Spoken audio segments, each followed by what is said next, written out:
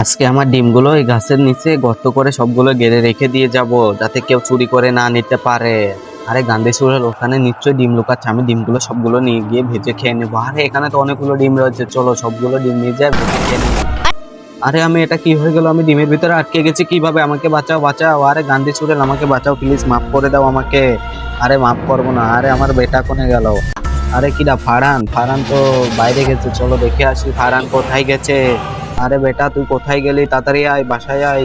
আরে আমি এখানে ডিমের ভিতর, আমাকে বাঁচাও। আরে কে যেন মনে হচ্ছে আওয়াজ দিচ্ছে। আরে এখানে দেখো অনেকগুলো ডিম রয়েছে, মনে হয় গান্ধী চুড়েলে। চলো সবগুলো তুলে নিয়ে যাই। আচ্ছা একটাই নিয়ে আসি, এটাতেই তুমি ভেজে দাও, আমি খাবো।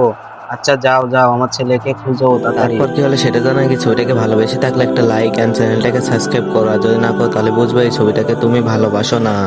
আরে মা মা, আমি ডিমের ভিতরে আছি, আমাকে বাঁচাও বাঁচাও। আরে এখানে তুই কি হলে? আরে জ্বলিয়ে গেল রে, আমার ছেলে মারা গেছে রে, এদিকে এসো রে। আরে তাড়াতাড়ি আসো, আমার ছেলেকে জ্বলাই দিল রে। আরে আমি ওটা না মা, শয়তান আমাকে বন্দি